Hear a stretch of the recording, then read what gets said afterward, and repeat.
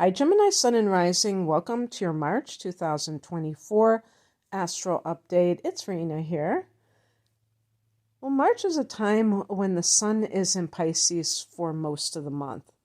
Pisces, like your sign, is a mutable sign. So it forms a square to you, and that is coming from the 10th house of career. But this can be the time every year where you have a particularly good, I hesitate to say the word good luck, but you may find that career matters really seem to kind of heat up. Important things with career happen at this time of the year.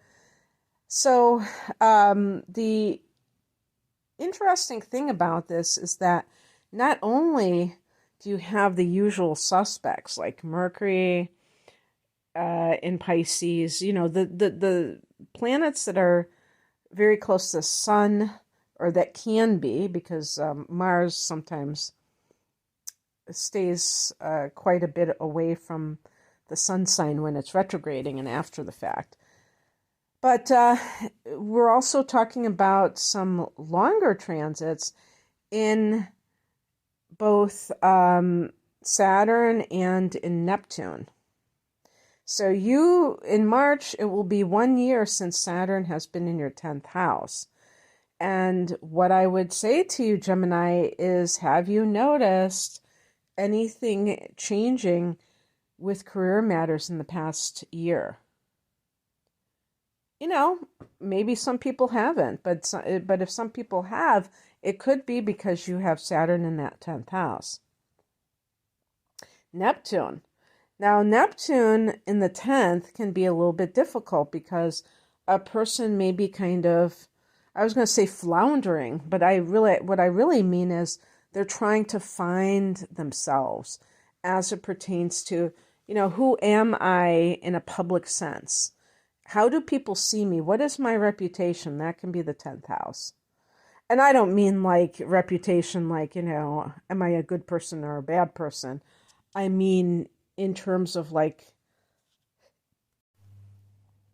the type of career somebody's doing, their success level. I hesitate to say those kinds of things because that is, I feel like a lot of times it's overstated and it's more of a superficial version of the word. So anyway, I think you get the picture.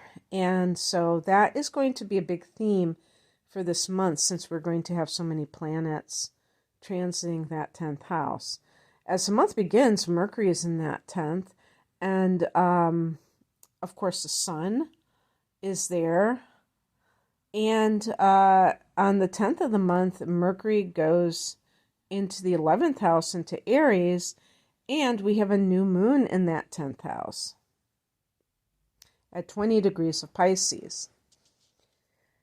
So this could be some new developments with career. And in the 11th house, Mercury here could be reaching out to people, reaching out to organizations. This may have a connection to your work, though. If you are in a certain field where networking is key, then that would be a no-brainer. This may be a social thing with Mercury in the 11th where you are calling your friends. Maybe it's been a while since you've spoken to them. On the 11th, Venus goes into Pisces, into that 10th house. This is great. The 10th house can be authority figures, and Venus can make these people want to help you. So because Venus represents harmony. So you may charm the pants off of someone, and they may be like, I want to help this person succeed. And that's a great thing if you can find that in your life, because you may be feeling a sense of wanting to strike while the iron is hot, because this is the very next day after the new moon here. And so the new moon is still very active at that time. And any kind of new beginnings that you undertake as far as career matters go, they can be helped by Venus being here. You may appear charming to the public. Money, this could be like a raise because Venus can be money. On the 19th, the sun goes into Aries. This is the astrological new year.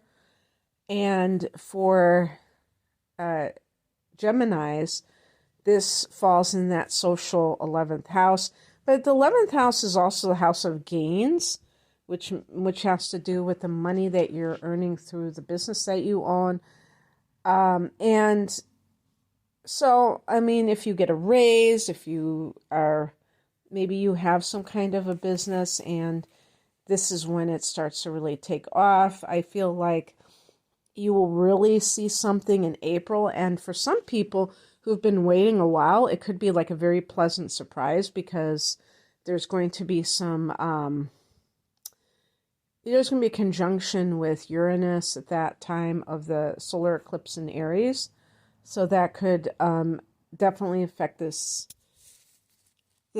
placement or this transit I'm sorry, this house, I should say. On the 22nd, Mars goes into Pisces. So Mars goes into that 10th house. That can make you much more ambitious. But again, it might be connected to, let's say you got a raise. You might be like, okay, now I have to work longer hours, or I have to really get my butt in gear so that I can show them what I have. I can't be like a slacker. So you could have this sense of urgency about, really being a go-getter. And remember, when I was talking about Mars kind of like not always being close to the sun, remember that for 7 months, Mars was in your sign, Gemini. And so it was close to your sun, but it wasn't close to the sun that was during those transits. It was far from, each month it was far from the actual sun sign that was transiting during that period.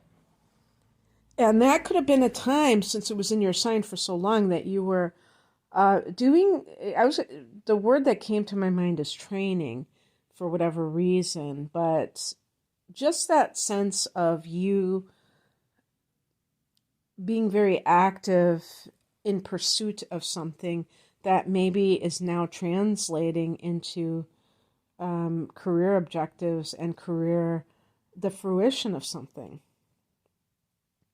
Watch out for any tendency to experience like conflict with authority figures, because you could have a clash. Mars can be like conflict, and it could be a situation where you and somebody who is in a position of authority, a position of power, don't see eye to eye. Maybe you're stepping on people's toes in some way, not meaning to, but just because you're so enthusiastic about what it is that you're doing. So just, be careful about that. On the 25th, we have a lunar eclipse at 5 degrees of Libra. Libra is a fellow air sign. It's trining you. This is the best that it doesn't get any better than this. So this is coming from the 5th house, which is a house of love and creativity. This is great for artists because you may have this amazing idea for an art piece, a book, especially with Geminis, I would say the written word, you are very adept at that. And if this is love, this could be love at first sight, where it just kind of washes over you. And because there could be some kind of spiritual download, you could be like, yes, this is the one. I know this person is the one for me. And that can feel really good, because that knowingness doesn't always happen. That doesn't mean that when people don't feel, have that sense that somebody is their life partner, that doesn't mean that person won't be their life partner. but it certainly is nice when it works out that way.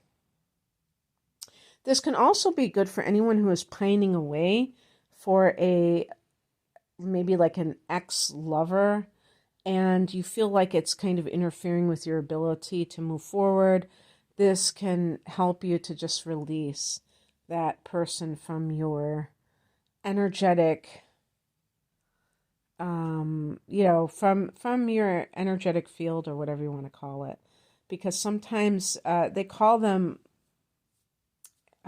energetic cords that we develop with people, even when they're on the negative side, when we're having conflict with somebody, but it's like this continual thing. And then even if the two people are physically separated, they're not necessarily totally divorced from one another. They can be on a very subtle level connected, and it can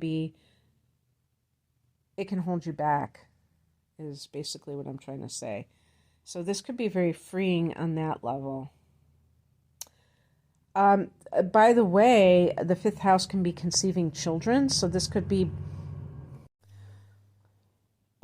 a time when, a woman can conceive, and that is really, it might even be something where you were trying and you couldn't do it, like you had infertility issues, and then you're able to do so. So what I meant to say is, be aware of this, because the full moon itself can be very fertile, but now we're talking about the power of 3 full moons. So suffice it to say, that can be a great time to conceive. Okay, that's what I have for you, Gemini. I hope that this resonated, and if you would like a private reading, I'm promoting my deep dive readings, which are package deals, two of my standalone readings together, my natal chart analysis and my transits for the upcoming 12 months. I do these by myself. I'm not reading off some page. Somebody was giving some review of some reading that they got. I don't remember what it was. I wouldn't have called them out anyway, but they were saying that they were just reading off of this. They could tell they were reading off of something. And, they have these things where you can plug in the information and they give you all of these interpretations, but they're computer generated.